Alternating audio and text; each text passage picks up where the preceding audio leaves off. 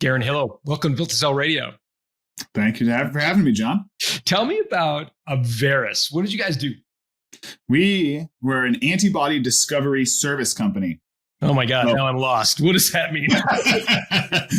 Right? So new drugs have to come from somewhere. Big pharma or small pharmaceutical companies their option is to either hire and train their own scientists, equip them with millions of equipment that they need to discover their own drugs, or they can outsource it. And increasingly over the past decade or two, they've been outsourcing a lot of discovery research. If you're a company that's raised 50 or 100 million to try to make on new oncology drugs, it's more efficient for you to outsource a lot of that R&D than it is for you to hire and train your own scientists. So that's what we did. We're like, you guys were the outsourced partners for these big pharma. And would they come to you with, hey, we want to test a drug with these specifications to treat this disease, go out and figure it out? Or are you basically greenfield bringing them ideas? Like, how involved are they at bringing you the idea? They would bring us a pretty well-cooked idea. A lot of this is coming out of academia. A new receptor was discovered on a cancer cell, and we say, if we drug this, maybe it will kill the cancer. So what we would do is give them 100 or 200 versions of drugs that meet the specification that they gave, and they would go and do all that advancement. So we were just fee for service, as they say. They pay us to do the work. We give them the drugs. They advance it. The best way that I like to think of it is like the gold rush in California. So many people were rushing out to California to try to find gold. Very few of them actually hit gold. Sure. A couple went home rich. Most of them went home broke. Making drugs is the new modern gold rush. And so the people in the gold rush that made money consistently were the people selling picks and axes to the prospectors. And so that's what we were doing. We were supporting the modern day gold rush in drug development and saving lives along the way. Great. So you've got a pharmaceutical company that hires you, and they're doing the clinical trials and the tests, but you are formulating the drugs. Like you're basically getting I don't know anything about pharma. Sure. Very early stage. Let's oversimplify it. Let's say there's 20 steps between an idea and having a drug that's ready for the market. We would do step 2. Maybe step 2 and 3 by the time we exited. And then they would take it and do the additional 18 steps required to get that on the market, getting it formulated, manufactured, taking it through clinical trials. So we were very early stage research. Okay. And so how did you finance it? I mean, are you using cash flow that the pharmaceutical company would pay in advance, or what was the cash flow model? So yeah, I mean, we bootstrapped it. My partner's parents, parents were a firefighter and a real estate agent, gave us a couple $100,000 by selling one of their retirement homes, income homes. And we, with $200,000, we got it started, which in biopharma is nothing. They would tell you that 5 million is too small. And so, and then we cash flowed it. The company would come to us and say, hey, we want these antibodies. We'd say, okay, it'll cost whatever, $100,000 for us to run that study. You pay us half up front. And half when we're done. And that's more or less how the business would work. We were very small for a very long time. For the first 3 years, it was just 3 of us. Before, year 8, we sold at 45 people. So it was a very slow growth in the beginning, but that allowed us to maintain ownership entirely internally. And was one of you a doctor or pharmacist? Yeah. So I'm an economics major. I'm a sales guy, and I had done 5 years in the business. And my co-founder was a immunologist, PhD out of Harvard, super bright guy. He ran the lab, and him and I had worked together. We worked together for 3 years at another company before we launched Abveris. And he had run the lab and I ran sales. So we knew each other. We knew the industry. We knew we could do this. Did you feel vulnerable to his expertise? And I don't mean this in a disparaging way, but there's lots of sales guys out there. There are very few Harvard-trained immunologists. And so I would imagine that the balance of power in that relationship was tilted towards him. Did you feel that? Sure. It also goes both ways. Like, first off, and his parents put up the cash. I had no money. My family didn't come from any money. So he owned the entirety of the business. I had like 16% stock options. So the power was all his until, year 5 when we made a big move. But I would argue, John, that there are very few people in the sciences that understand business really well. to get a PhD, you don't understand sunk costs. You don't understand the basics. And they look at sales and marketing and finance as like below them or sleazy. Like it's not something they want to do. And so there are very few people who can understand science and how to create a business on top of that. So we were well balanced. Like I couldn't operate the lab and he wasn't going to get $1 in sales without me there. And so we were a good partnership. Got it. Okay. So that's nice to hear. But in the early days, he, through his parents' investment, owned 100% of the stock. You had stock options equivalent to 16% of the business in the early days. Okay. Yeah. Great. And so you truck along. I mean, walk me through the business evolution from there. I understand you reached a point where you wanted to kind of change the capital structure, buy out your partner. Maybe walk me through what triggered that event. Yeah. And we had years of slow growth. It was 2018, so we were 4 years in. And in March of 2018, a competitor, who was like a billionaire, came up and he wanted to buy us. He was creating a competitor. And he pretty much said, I'm going to start a competitor right up the road, invest over $100 million in it. Either you sell to us or we're going to put you under. And through the M&A process, he ended up offering us $2 million in stock, which we were like not taking stock for the company. But in that process, which was a couple of months, I realized that my business partner and I were just we were on different pages. We were in different books. Like at the end of the process, he was like, I'm never going to sell this. I want to give this company to my daughter, who was like 5 at the time. And I'm like, hey, I'm the CEO of this business. Like I'm getting paid mostly in stock options. I can't be working for a company that's never going to sell. And so that was March. And then, and we were hitting ahead. I wanted to grow it in best scientists we could, top of the line technology. He wanted to keep it very small and manageable. He was not willing to raise $1 from external funds. I wanted to raise a little bit that we kept control, but it was enough that we were butting heads and it wasn't working. And so, that's a pretty big delta in vision, but one where he wants to pass it to his daughter, 5-year-old daughter. God knows what she's going to be interested in 20 years later. But anyway, that's another point. And you're wanting to kind of build to sell and build a valuable, sounds like exit. Exactly. You interesting. Okay. So yeah, I mean, it worked in the beginning. It's like I can run sales and finance and be the CEO, and he can run the lab. Perfect fit, right? But we were just off in our overall goal and mission, and that didn't come out for like a couple of years. Yeah. Wow. Okay. But it did come out. And I'd be curious to know, you mentioned you were taking some of your compensation in stock options. Did you have any salary or was it you were totally being paid in stock options? For the first 2 years, it was entirely stock options. And I took a little bit of commission, like I was getting paid $10,000 or $20,000 a year for a full-time job. I had another full-time job. I worked 2 full-time jobs for 2.5 years in the beginning. I was a salesperson for an internet TV company. It was but I was able to be the top salesperson at that company and run Abveris. They both knew about each other. Everything was above board. But I was working like crazy through my 20s there. Okay. And so towards at this point, you're 2018 in March. Are you drawing a salary yet, or is it still just commissions on sales?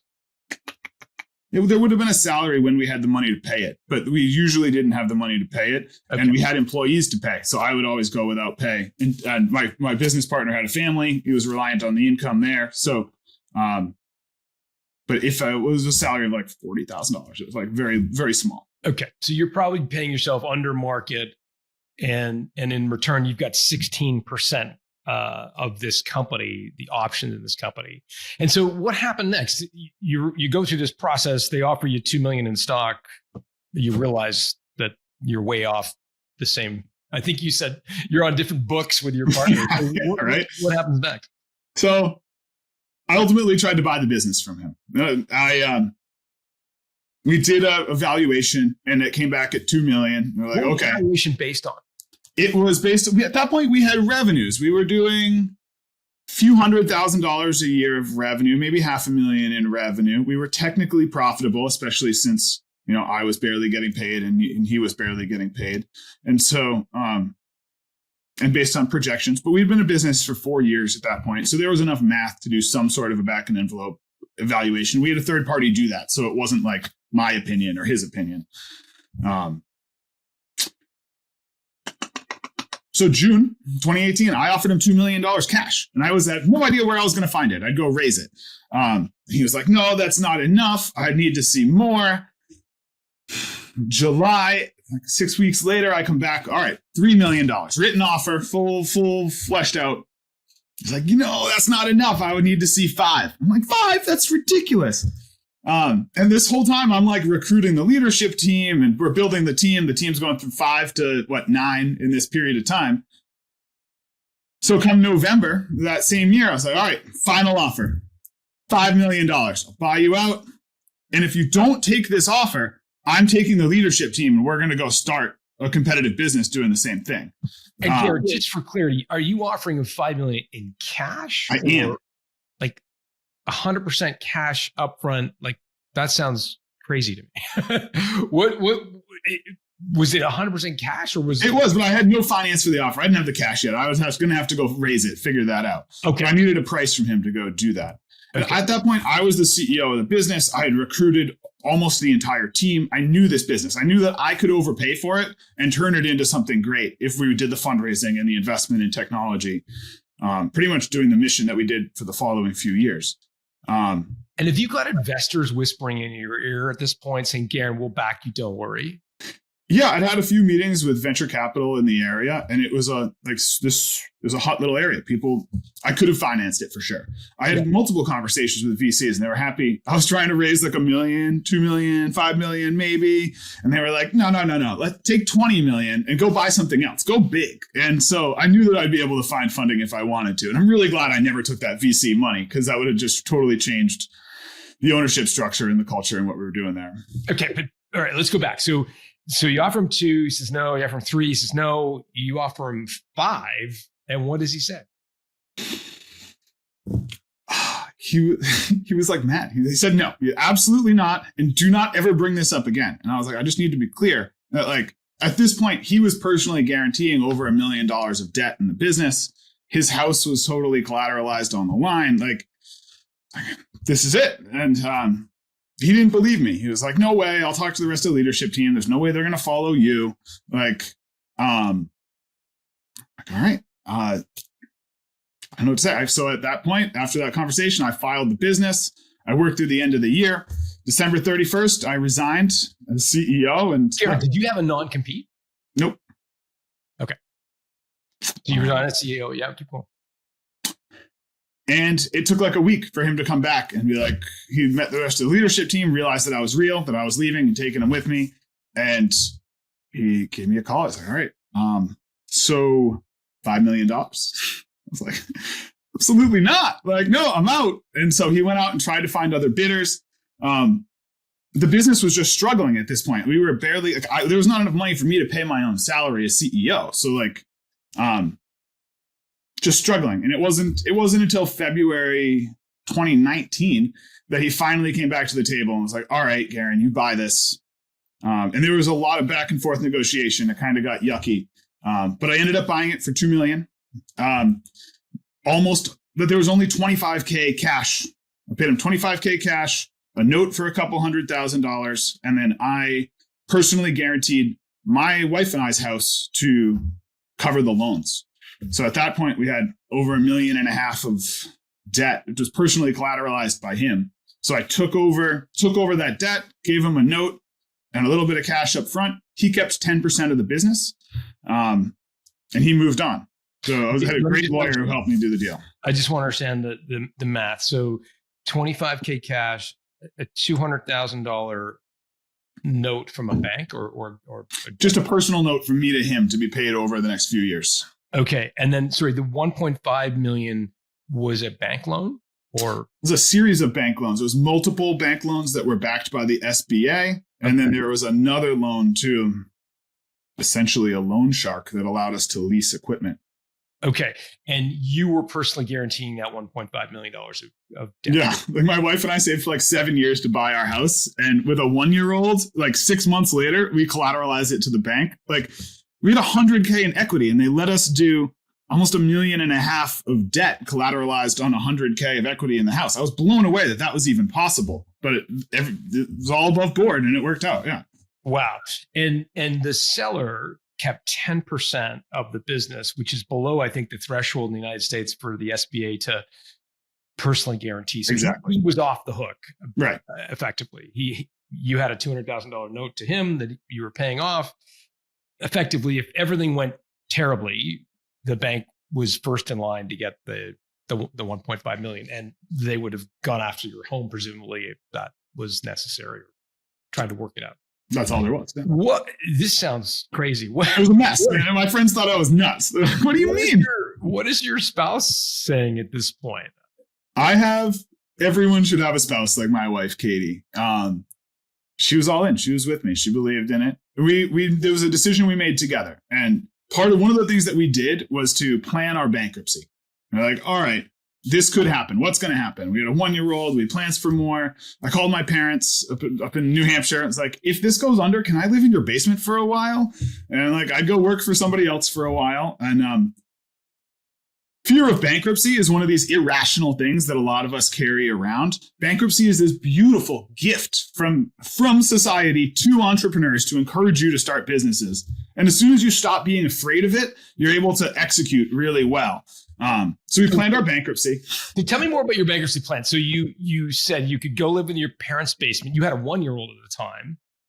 Was your wife working, or what was? Yep, she was working full time the whole time at a tech company. Okay, so did she, if dire straits, was she earning enough to kind of keep you guys afloat? Almost. Okay. So there's sort of a little bit of security there. You've got your parents to lean on if need be. Okay, that makes sense. So what happens next? So you buy your partner out for a couple $1 million, most of it's debts, and a note from him. Yeah. What's next? We executed the plan. At that time, while all that mess was going on, one of my friends introduced me to your book, Built to Sell, and I loved it, right? Because at the time, I was building the business around myself. I was the CEO. I was critical to all of these things. And so we just grew the business in such a way that it could sell. So first, I raised $1 million. After going out to look at venture capital and PE money, I decided that is absolutely not for me. And it's not for most people, in my opinion. I ended up raising $1 million from what I call dumb money. They're not dumb people. They're just people who are not professional investors. So I got 5 investors to put in a total of $1 million. We did safes weren't a thing back then. So it was convertible debt. They got a 12% of the business for that investment. We invested in next generation technologies and hired some great scientists. I went all in on the whole built to sell model. I was the top salesperson. I would present at conferences. I was a lot of the business. Year after I bought it, I promoted my COO to be the CEO. If a business can thrive without you, you need to just prove to a buyer that this business can thrive without you. I was like, let's go all in. If it's someone else is running it, that's the best proof that it's sellable someday. Instead of me doing all the sales presentations, we put other people up there, productized our service, spent a couple years getting our foundation right. And that was transformative for our business. And we were almost doubling every year at that point. And we were up to just under 10 million before we went to go sell. Okay, I want to get it to the sale in a moment, but for folks, I just want to dig into sort of how you went from being the hub and spoke in the business to being built to sell. So what I've heard so far is you promoted your CEO, was the CEO, in part to optically show to the world that you had someone else running the company. You brought in professional salespeople to replace yourself as the rainmaker for the company. These are 2 great points. You also said, in passing, you productized your service. What do you mean by that? And what specifically did you do for folks? I didn't even really know that was a thing until I read your book. So what we were doing is a service, right? Companies would come to us and say, we want these antibodies made. We'd make them, and then we'd take the money. By making packages of our custom service offerings, instead of everything being custom, we had 3 packages, good, better, best. People would show up and be like, I'll have the better, please. And they'd expect to pay much more upfront. Early on, we were charging a little bit upfront. Later on, we were getting half upfront, billing as we go instead of at the end. We added a little guarantee. And that guarantee was just that, if it doesn't work, we'll try again for free. which is something that we would have always done anyway, because you have to make customers happy. But that little guarantee allowed us to charge like 20% more and then like 50% more. People loved it because we were doing a science. You can't guarantee science. But our guarantee, again, it was just like, we'll try again if it doesn't work. And those things really changed from what felt like a custom custom service to a product that they could buy. Our marketing made things much more simple. We had case studies out everywhere. And those changes allowed us to do, again, higher price, more upfront, much more referral business. My salespeople went from explaining what we do and how everything goes to picking up the phone and being like, taking orders, more or less. And it's still a very complex business, but it vastly simplified the sales process for us and our customers. Got it. And so you had these 3 packages, good, better, best. And just for folks who might want to pursue the same sort of strategy, what was the biggest difference between the good, the better, and the best plan? It was a scope of work. It was a different scope of work. We would try harder, more or less, between good, better, and best to not get into the simplicity. Bigger packages. So you productize your service, you get the CEO in place, you get salespeople, and you're growing. You mentioned you were doubling each year. How big did you get the business before you decided to sell? We were between $8 and $10 million in 2020, which was the year that we decided to sell. And we went through the sales process in 2021. Okay. And what triggered that decision? The market was ridiculous. Like, all of our competitors were selling for way more than they should have. There was a big COVID had just happened, right? People went from not knowing what an antibody was to all of a sudden everyone in the world needs antibodies. Like, the primary treatment for COVID were antibodies. And in order to move any vaccine forward, you need a bunch of antibodies to be able to pass that through the FDA. So we were massively in demand. The whole market went crazy. I was also tired. I was 8 years in. I was carrying this massive amount of stress because we had barely any cash ever. And if the business went under, I would lose everything. You're still personally guaranteeing the debt on the business? Yeah. I went in deeper. We kept deeper. Once we were all in, you might as well just like keep going all in. Every time the bank would let me take out more debt, I'd take out more debt. And personally guarantee that. Had to. Because no one would give me money unless I personally guaranteed it. Because I didn't. The business wasn't good enough to be able to get more debt without a personal guarantee. But at the point where with a personal guarantee, it kind of becomes moot, right? Like, if your home is worth $2 million and your stocks or whatever, eventually, if the personal guarantee exceeds everything you've got, it's kind of infinite. Right. And that's what I'd explain to people. It's like, when you're all in, why not go further all in? Right. Like, our options are this succeeds and we hopefully hit our goal. We had a goal of making $20 million. Or if it fails, we go back to zero. So like, taking out more debt is just an obvious yes. Our downside is exactly what it was before we took out more debt. Yeah. And you're right. The first time I think I really thought about what an antibody is, unfortunately, it was around COVID. And I was thinking of it because you're triggering back all those memories from like April of 2020, where everybody was talking about antibody treatments. And this must have been, in some ways a windfall for you. Were you offering to work on COVID related drugs? Was that part of your offering? Or? Yeah, absolutely. We ended up working on 12 different vaccine programs, including some of the ones that were eventually marketed. Wow. Okay. Yeah. When COVID hit, I had 2 weeks of cash in the bank. We had just spent a bunch of money to prepay for a bunch of marketing that summer, to go to conferences that never ended up happening. A lot of my competitors and a lot of my customers closed their doors. They said, everyone go home, come back in a couple of weeks when this is all over.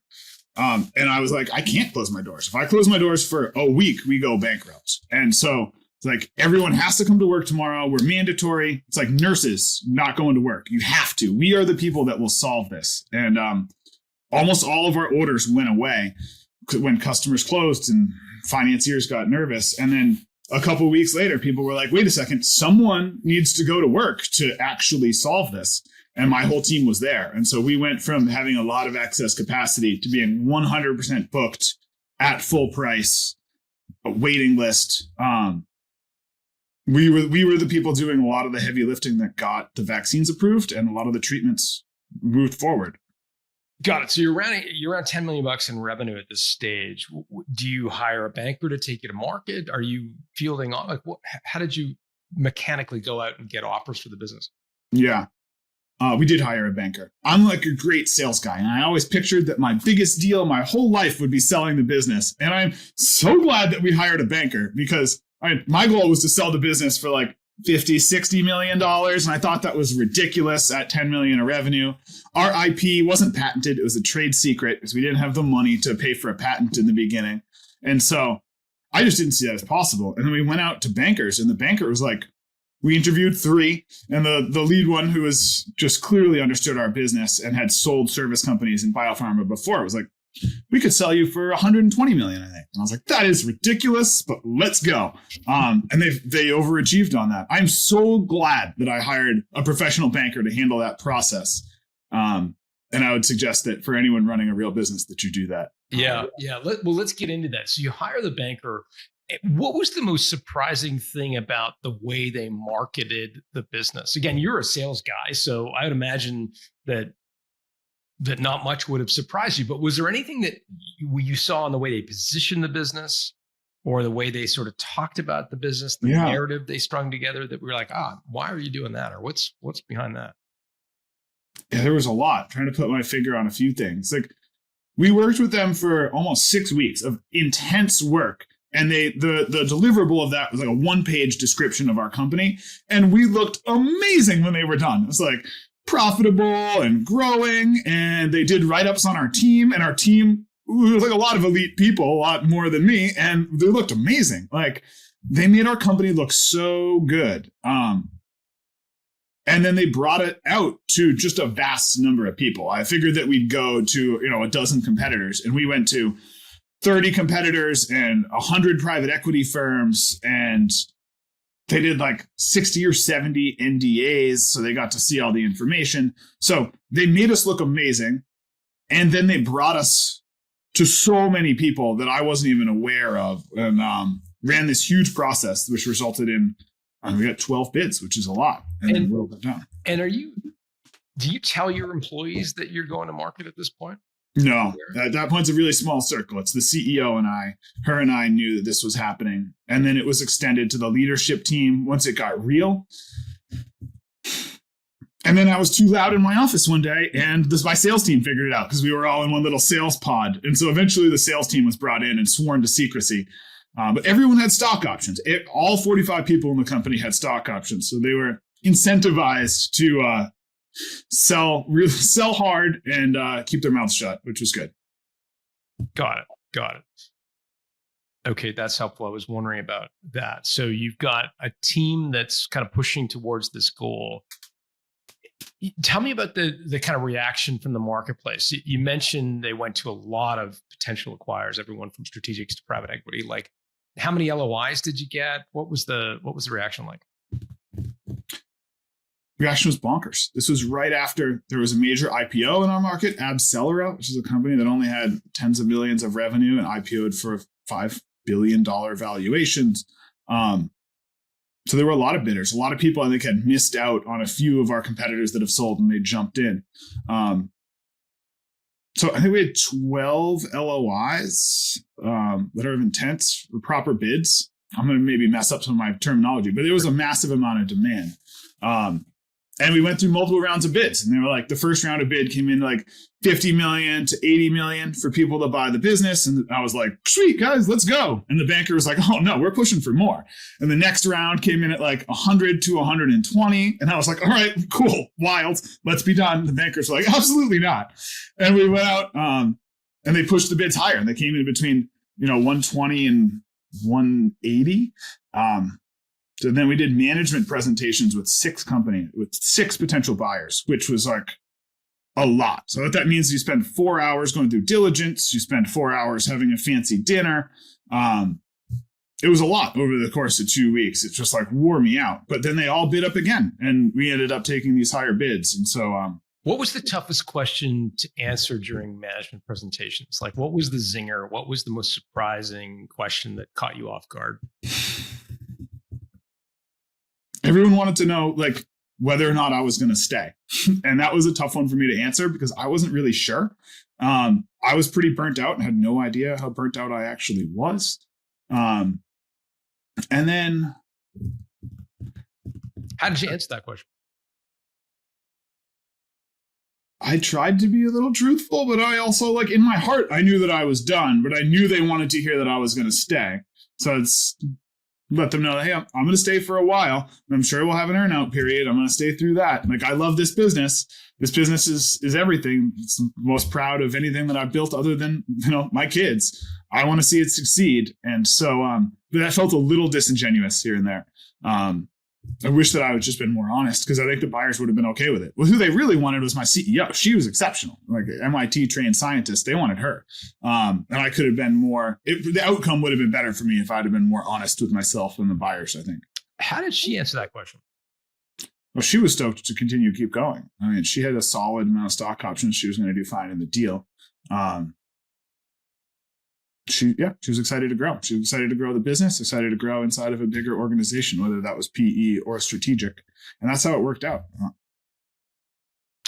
Got it. So you go through these management presentations. Out of interest, like what proportion of these deals, and I guess it would be different based on all 6 of the finalists, but are they offering you cash or stock or like you mentioned 120 to 180? What do they offer? What's currency? A lot of them were cash and one of them was stock. And I chose the highest cash bid initially. It was $140 million cash, like 120 upfront, $20 million earnout. And we jumped into diligence. We did there was a 60-day diligence period.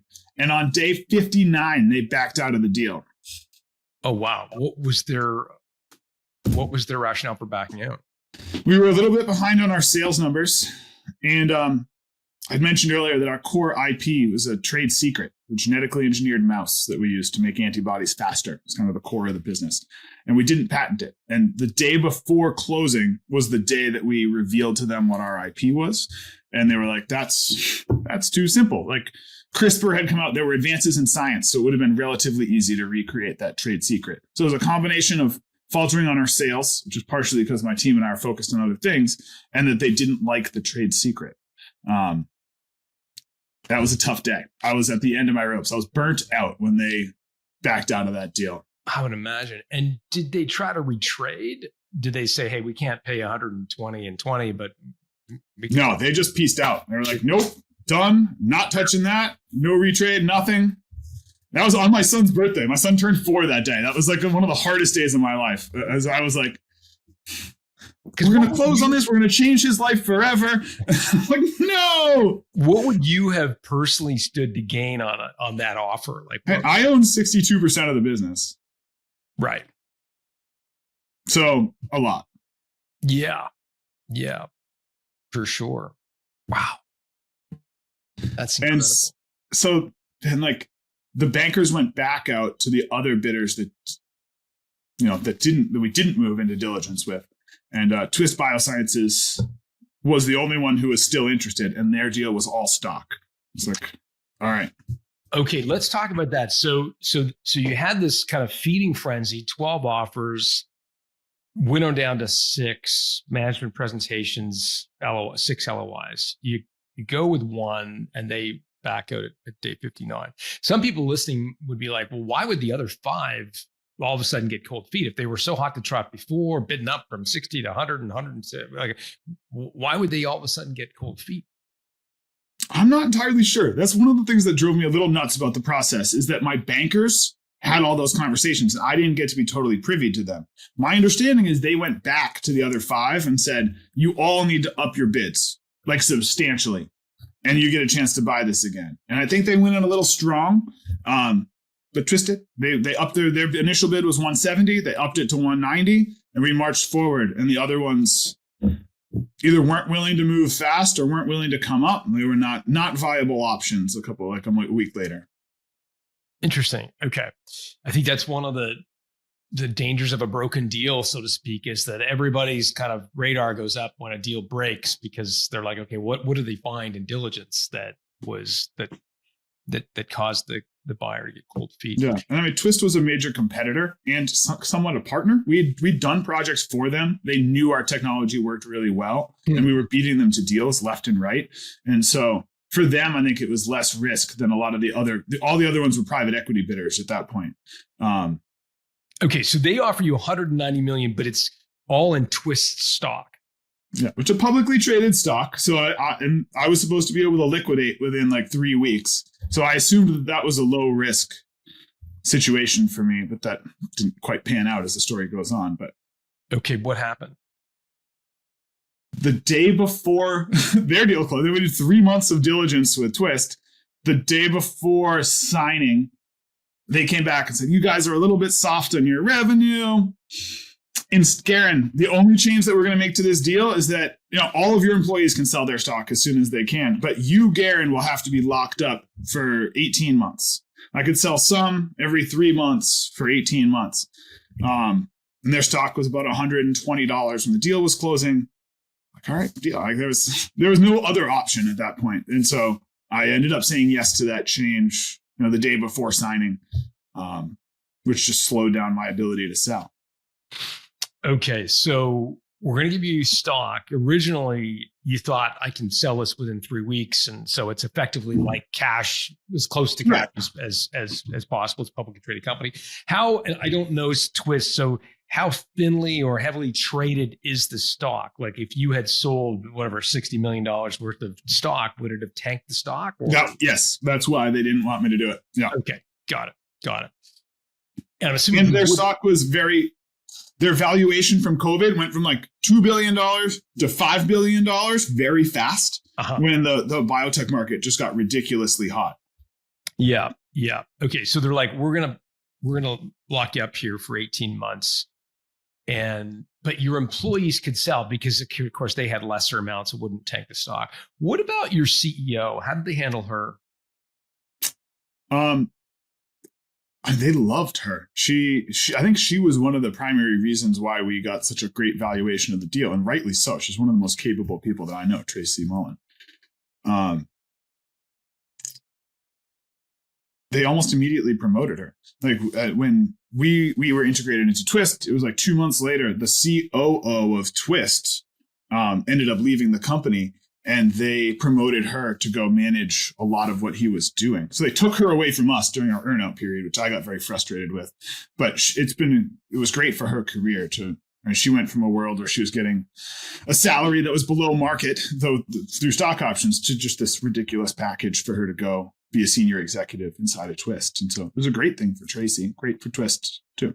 Yeah, amazing. How did they handle her stock options? Was she able to sell? She was able to sell. Everyone but me was able to sell right away. Okay. That's interesting. Okay. So what happened to the stock during the 18-month period you held it? That went from $118 a share from closing day to $18 a share the day that I was allowed to finally sell.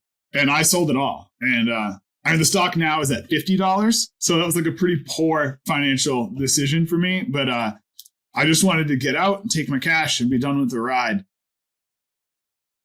Yeah. And just walk me through, you said it nonchalantly. I mean, that can't have been a good feeling to see the stock dropping every time you open your web browser during the 18 months. Like, what was that period like for you? It was one of the more difficult periods of my life, John. Like, I had built this business. It was everything. I was working 6 days a week, sometimes more than that, to keep it going. And then even more to sell it. I gave up my baby. I guess like a piece of my identity I lost when I sold it. And then, to watch the stock fall every week was tough. To watch my team struggle to get integrated well, because we went from one tight-knit team to like the marketing team reports here and the sales team reports here and ops is over there. And so like everyone, even though we're all in one building, we all now had different bosses scattered across. It was just a very challenging time in my life. I was burnt out. It was not a great time. Financially, we were doing great. Like, it's like a first world wine problem. Okay, Garren, you're a millionaire now, and you're like having a tough time. Okay, but it was a difficult time in my life, right? Like, you're a millionaire on paper, and that Sure. You know what I mean? Like, As soon as I was able to sell my first tranche, I was a mild millionaire. And it was great. Yeah. But, difficult time. I could have handled it better for sure. I should have taken more vacations. But you live and you learn. What was the earnout tied to? Like, what was your... The earnout was entirely tied to revenue. And we needed to hit a revenue target in order to get there. And if we got within 75% of the revenue target, we got 75% of the earnout. And we got to way beyond 90%. We were beyond 95% of the revenue that we needed to hit to get our earnout. But we didn't hit it, so we didn't get any. You got zero? Zero. Yes, we got zero of the earnout after hitting. Yeah, we were very close. So, Tori, maybe I misunderstood. I thought you said if you hit 75% of the revenue, you get 75% of the... And we fell just short of that 75% number. Okay, got it. Okay, just like a hair short, and you got nothing. How long was your earnout period? 1 year. 1 year.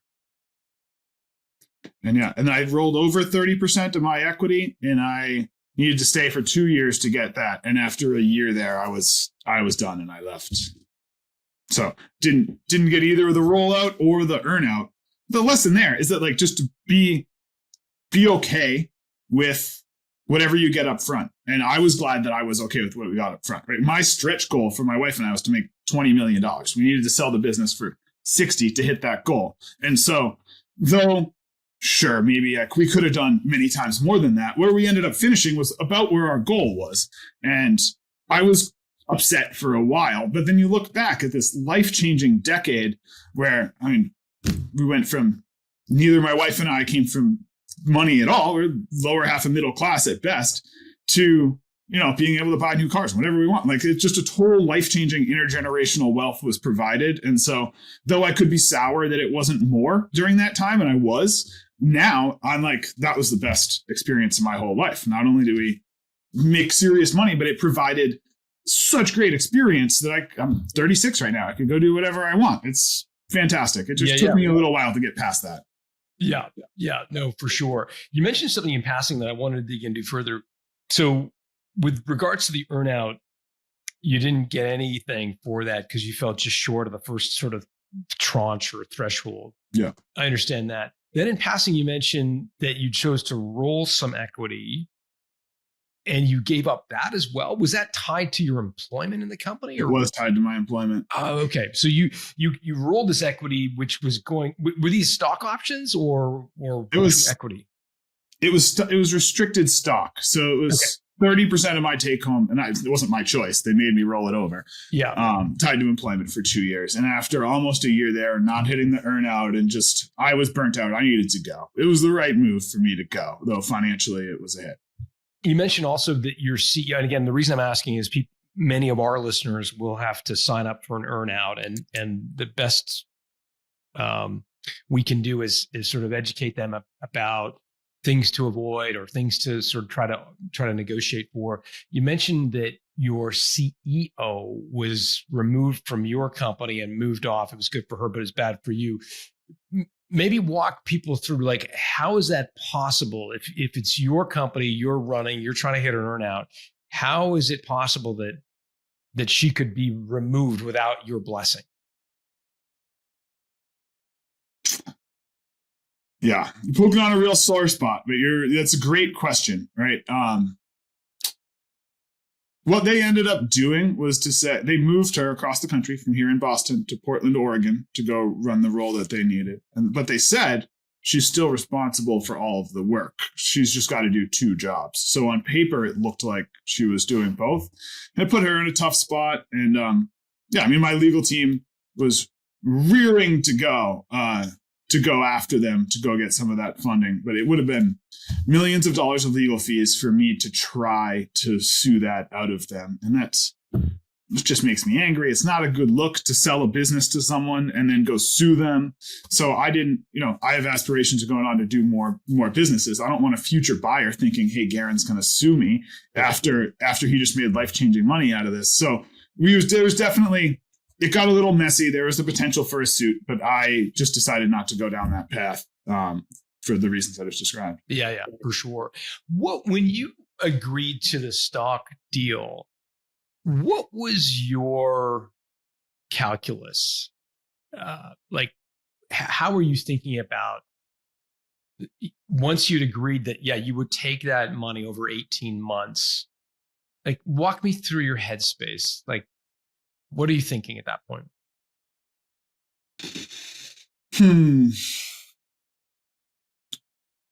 Yeah, at that point, I'm thinking, hey, I put one more year into this, and it was a hittable number, in my opinion, to hit the earnout. And I mean, obviously, we almost did. That I would just go for it. And I was tired. I knew that I was tired. I thought that I was probably a little burnt out. I had no idea how bad that was for me until later on. I figured we'd go for it. I thought it would be all right. And then, but I was very frustrated. I was like hurt. Like when the buyer would make decisions that I disagreed with, I'm very bad at being quiet, and I ran my mouth way too much, which just put me in a terrible position with the buyer. So one thing that I wish that I had learned earlier was that as soon as I closed that deal, it wasn't mine anymore. And I can have an opinion, but I can't be disrespectful, and I can't speak the way that I would speak when it was my business. And I was better off just being quiet and going back to do my job. I fought all these fights that I lost and didn't even come close to winning. And I just got totally, I mean, it was a 1,000-person company. I got totally demolished in the political game in the first month and a half. And I didn't even know that I lost until like 9 months later. That's funny. I guess my question was more around the stock itself. Like, okay, what was your diligence against the value of the stock? Did you do anything to understand? I think you said it was trading at $118. Like, the intrinsic value, you mentioned it had gone up. Like, are you starting to think maybe it's not worth the 118, but it's got to be worth 50? Or like, are you doing any of that math in your head? Yeah. I mean, it was clearly a little overvalued. The entire market was overvalued. It's like right. 2 weeks after we closed on December 4th. By the end of 2021, the biotech market had collapsed. It cratered. We got in just in time. And yeah, I thought, there's no way it's going to go below 80. And then it did. And I was like, there's no way it's going to go below 60. And then it did. And I was like, there's no way it's going to go below 30. And then by the day I could sell, it was 18. And I was like, get out.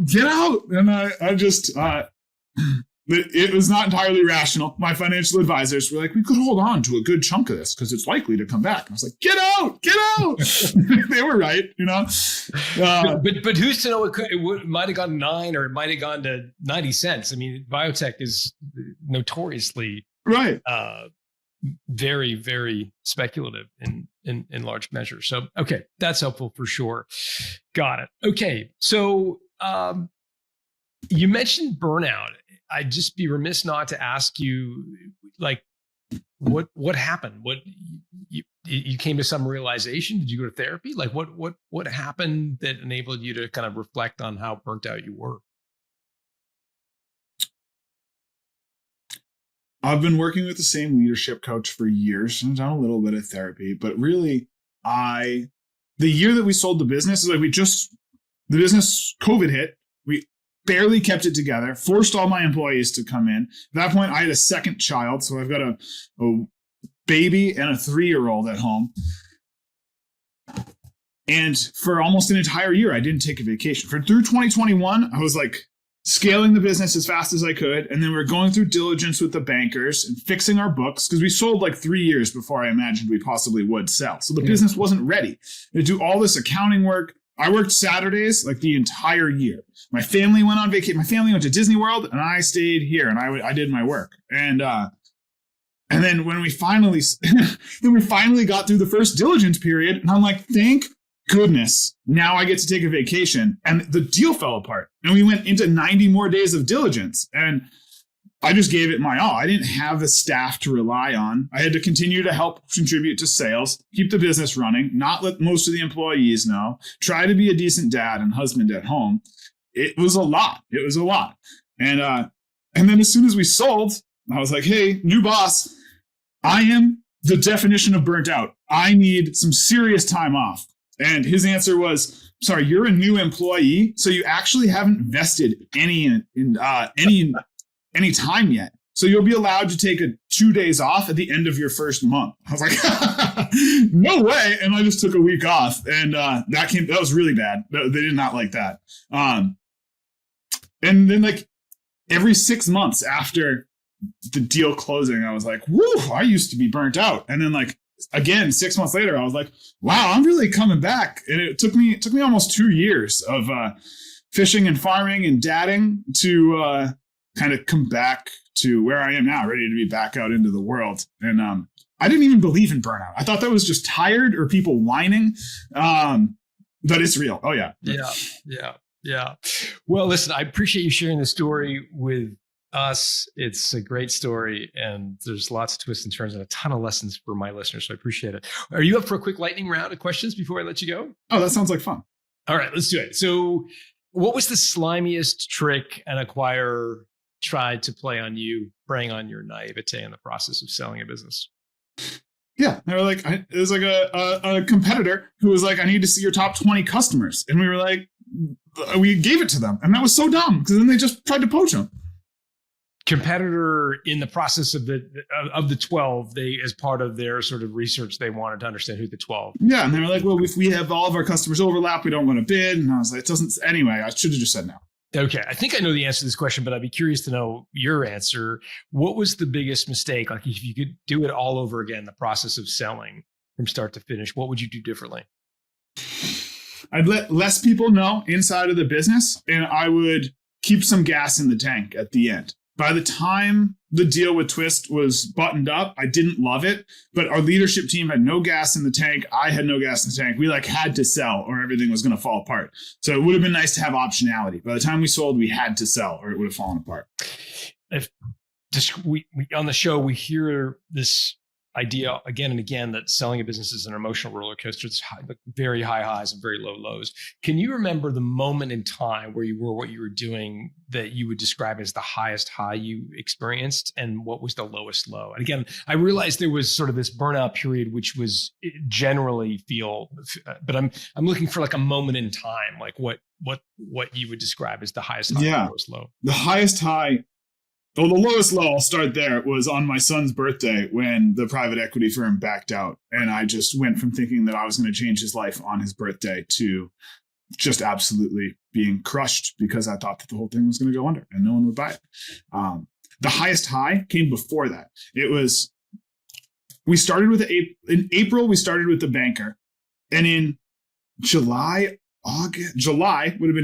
we got bids. And I just didn't believe that anyone was going to pay. And when we got bids ranging between $100 and $120 million, John, I went home to my wife and I showed her, and I cried harder than I think I've ever cried that night. I was just like thrilled. It was like the weight of the world was off of me, and I had a clear path to getting out of this business, which had been proud but an immense amount of stress. It was like when those bids came in, I was like, this is going to happen. And I still remember that joy.